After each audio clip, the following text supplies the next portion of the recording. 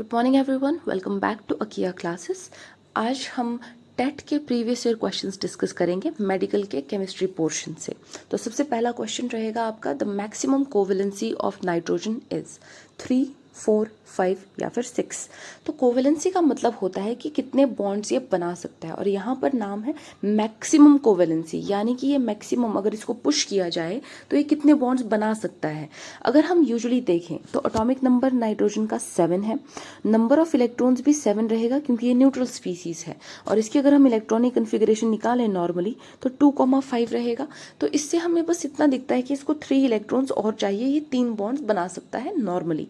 तो वो है नॉर्मल स्टेट में ये 3 बॉन्ड्स बना देगा। बट अगर ज़रूरत पड़ी तो क्या ये चौथा बॉन्ड बना लेगा? तो हम वो देखेंगे जब हम इलेक्ट्रॉनिक कन्फिग्रेशन को ओपनली लिख लेते हैं 1s2, 2s2, 2p3 की फॉर्म में। तो आप देख सकते हैं 2p के तीनों ऑर्बिटल्स में एक एक इलेक्ट्रॉन है, यानी कि ये एक एक बॉन्ड और बना सकता है, 3 बॉन्ड्स और बना सकता है। अब जो 2s के 2 इलेक्ट्रॉन्स हैं वो किस फॉर्म में रहेंगे? लोन पेयर की फॉर्म में। ऐसे हम नाइट्रोजन के ऊपर 2 इलेक्ट्रॉन्स लिख लेते हैं। तो 3 बॉन्ड्स तो इसने बना लिए हैं हाइड्रोजन्स के साथ, 3 हाइड्रोजन्स के साथ। अब जो ये 4th पेयर ऑफ इलेक्ट्रॉन बचा है, इसके पास 2 इलेक्ट्रॉन्स बचे हैं, ये क्या करेगा? अगर इसके पास कोई पॉजिटिव स्पीसी आए, जैसे प्रोटॉन जिसके ऊपर कोई भी इलेक्ट्रॉन नहीं है, जिसको बहुत ज़रूरत है इलेक्ट्रॉन की, तो नाइट्रोजन जो है ये बहुत ही अच्छा है, ये अपने इलेक्ट्रॉन्स उसको दे देगा। तो दोनों इलेक्ट्रॉन्स जब ये शेयर करता है कोई भी एटम किसी के साथ, तो उसको हम कहते हैं कोऑर्डिनेट बॉन्ड या डेटिव बॉन्ड। तो वो वाला बॉन्ड ये बना देता है 4th बॉन्ड, अगर इसको कोई ज़रूरतमंद मिल जाए। इसलिए हम कहते हैं कि maximum covalency of nitrogen is 4, यानी कि option number B is correct. Next हम आते हैं नेक्स्ट क्वेश्चन पे। Phenol on distillation with zinc dust gives benzene, benzaldehyde, benzoic acid या बेंजोफिनोन। तो पहले हमें पता होना चाहिए फिनोल होता क्या है।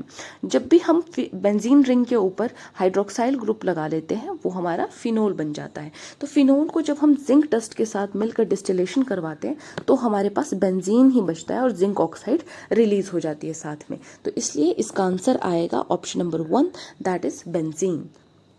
नेक्स्ट हम देखेंगे which of the following do not impart colour to the flame. पहला है सोडियम, फिर मैग्नीशियम, फिर कैल्शियम, फिर बेरियम। ये सारे के सारे आपके अल्कली मेटल्स और अल्कलाइन अर्थ मेटल्स हैं। अगर आपको याद हो अल्कली मेटल्स क्या क्या होते हैं और अल्कलाइन अर्थ मेटल्स क्या क्या होते हैं, कहाँ पे होते हैं पीरियोडिक टेबल में, देखिए हमारे जो पीरियोडिक टेबल के बिल्कुल एक्सट्रीम लेफ्ट साइड में आपको अल्कली मेटल्स और अल्कलाइन अर्थ मेटल्स दिखेंगे कुछ इस तरीके से। ये यहीं तक लिख लेते हैं, ठीक है। फिर आएगा बेरिलियम, ये लिथियम है,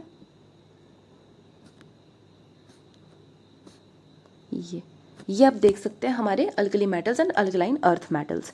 अब हम देखते हैं कि जो हमारे ये मेटल्स होते हैं इनकी टेंडेंसी होती है कि अगर ये जल्दी जल्दी इलेक्ट्रॉन लूज कर लेते हैं तो ये नोबल गैसेस के बराबर बन जाते हैं। इससे पहले की जो भी नोबल गैसेस हैं, यहाँ पर जो भी नोबल गैसेस हैं आपके हीलियम, नियॉन, आर्गन, ठीक है, इन सब के बराबर बनने के लिए इन मेटल्स को कुछ नहीं करना होता है, बस एक इलेक्ट्रॉन या फिर 2 इलेक्ट्रॉन लूज करने होते हैं, और उस वजह से ये इजीली पॉजिटिव चार्ज गेन करके नोबल गैसेस के बराबर बन जाते हैं।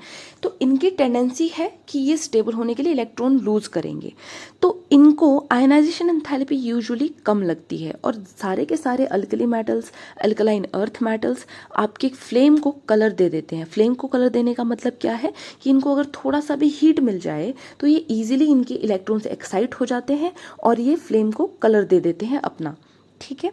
तो ये कलर देने का क्या पूरा झमेला है, ये क्यों कलर दे रहे हैं? इनमें कलर इसलिए आता है क्योंकि इलेक्ट्रॉन एक्साइट होते हैं।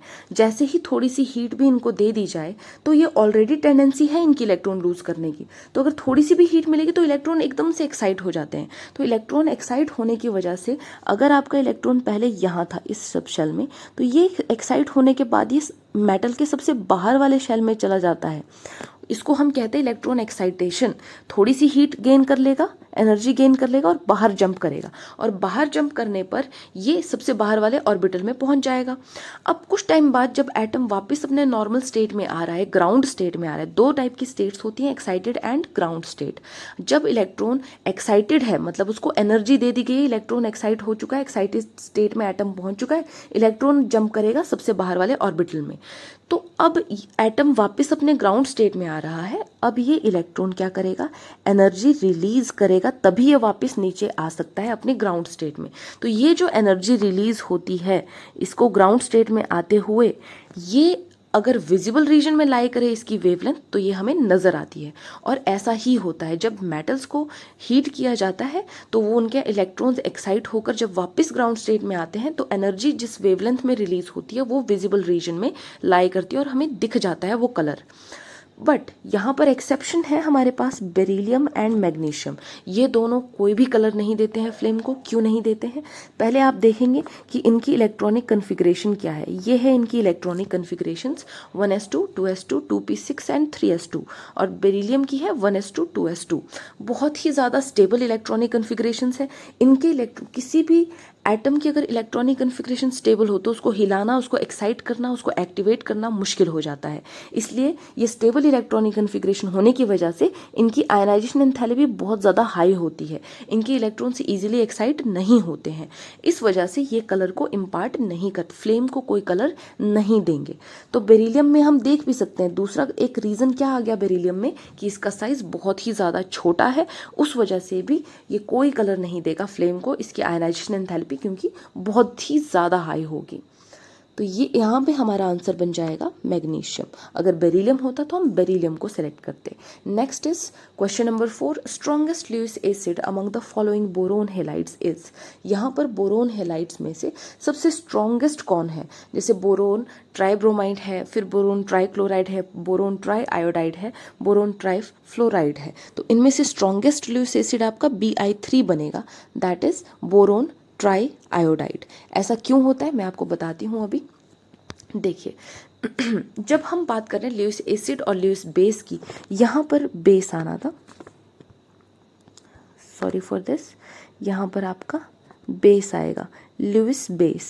तो ल्यूइस बेस और ल्यूइस एसिड का मतलब क्या है। ल्यूइस कंसेप्ट के अकॉर्डिंग अगर कोई स्पीसी इलेक्ट्रॉन ले रही है, एक्सेप्ट कर रही है, तो वो एसिड है, और अगर कोई इलेक्ट्रॉन दे रही है तो वो बेस है। और यहाँ पर एसिड की बात कर रहे हैं, इसलिए Bi3 सबसे स्ट्रॉन्गेस्ट एसिड होता है, फिर BBr3, उससे वीक BCl3, और सबसे वीक एसिड आपका BF3 होता है ल्यूइस कंसेप्ट के अकॉर्डिंग। ऐसा क्यों होता है, ऐसा इसलिए होता है क्योंकि जैसे जैसे आप देखेंगे फ्लोरीन से, जब हम हैलोजन ग्रुप की बात करते हैं, फ्लोरीन के नीचे क्या होता है, क्लोरीन, फिर ब्रोमीन, फिर आयोडीन, ठीक है, इस तरीके से ग्रुप में ये नीचे की तरफ को रहते हैं। तो फ्लोरीन का साइज सबसे छोटा है, फिर क्लोरीन, फिर ब्रोमीन, फिर आयोडीन। और क्योंकि ये पी ब्लॉक के एलिमेंट्स है, बोरोन भी पी ब्लॉक का एलिमेंट है, तो इनके सबसे लास्ट इलेक्ट्रॉन जो है वो एंटर करेगा आपके पी ऑर्बिटल में। और जब हम हैलोजन फैमिली को देखते हैं तो फ्लोरीन जो है वो उसका इलेक्ट्रॉन 2p ऑर्बिटल में जाता है सबसे लास्ट, क्लोरीन का 3p में,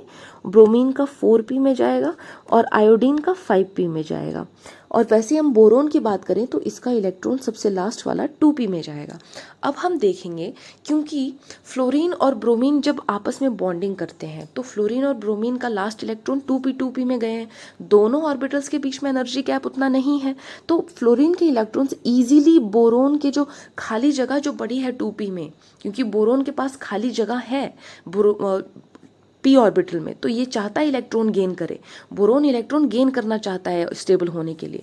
तो फ्लोरीन के साथ जब ये बॉन्ड बनाता है उसके बाद जो खाली जगह रह जाती है वहाँ पे जो आपके फ्लोरीन के 2p के इलेक्ट्रॉन्स है वो ईजिली बोरोन के 2p इलेक्ट्रॉन्स के साथ p पाई बैक बॉन्डिंग बना देते हैं, क्योंकि इनमें एनर्जी डिफरेंस उतना है नहीं, बिल्कुल बराबर एनर्जी है। तो फ्लोरीन अपने इलेक्ट्रॉन्स इजीली शेयर कर लेता है, बोरोन के वेकेंट ऑर्बिटल में डाल देता है। नेक्स्ट है क्लोरीन। जब ये क्लोरीन के साथ बॉन्ड बनाता है तो थोड़ी सी एनर्जी गैप आ जाती है, पर ये भी बोरोन के 2p इलेक्ट्रॉन्स के साथ बना देता है पी पाई बैक बॉन्डिंग करके, क्योंकि इनमें एनर्जी डिफरेंस है बट थोड़ा कम है।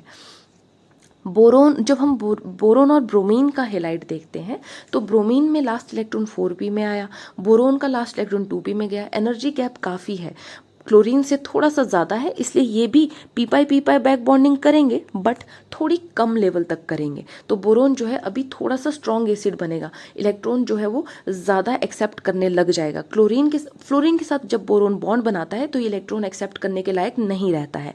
क्लोरीन के साथ जब बॉन्ड बनाएगा तो थोड़ा सा स्पेस वेकेंट रह जाता है, कर सकता है एक्सेप्ट। और ब्रोमीन के साथ जब बॉन्ड बनाएगा थोड़े से और इलेक्ट्रॉन एक्सेप्ट करने की इसकी टेंडेंसी बढ़ जाती है, क्योंकि इनके बीच में एनर्जी गैप ज़्यादा है, पी पाई बॉन्डिंग इतनी ज़्यादा नहीं होती है। लास्ट हमारे पास है आयोडीन। आयोडीन में तो 5p में जाते हैं लास्ट इलेक्ट्रॉन, तो बहुत ही ज़्यादा बड़ा गैप है 2p और 5p में, इसलिए इनके बीच में तो बिल्कुल भी पी पाई बॉन्डिंग नहीं होती है। उस वजह से ब्रोमीन का ऑर्बिटल वेकेंट रहता है और ये इलेक्ट्रॉन ईजिली एक्सेप्ट कर लेता है। इसलिए स्ट्रॉन्गेस्ट एसिड इस सीरीज में Bi3 होगा और वीकेस्ट एसिड आपका BF3 होगा। नेक्स्ट है हमारा question, the first noble gas compound obtained was. सबसे पहले जो नोबल गैस बना था वो कौन सा था? वो आपका ऑप्शन नंबर 3 बना था, दैट इज ये वाला ऑप्शन नंबर 3, जिनॉन फ्लोरिडो प्लेटिनेट 6। ठीक है, इसकी जो वैलेंसी आएगी दैट इज 6। इस केस में हम देखेंगे इसको, तो इसको हम कहते हैं जिनोन हेक्साफ्लोरिडो प्लेटिनेट 6। तो ये इसके साथ हमारा आज का सेशन कंप्लीट होता है। आई होप आपको ये क्वेश्चंस पसंद आए हों। ऐसे ही हम बीच में क्वेश्चंस में लेकर आते रहूँगी टेट के। Thank you so much for watching and I will see you in the next class.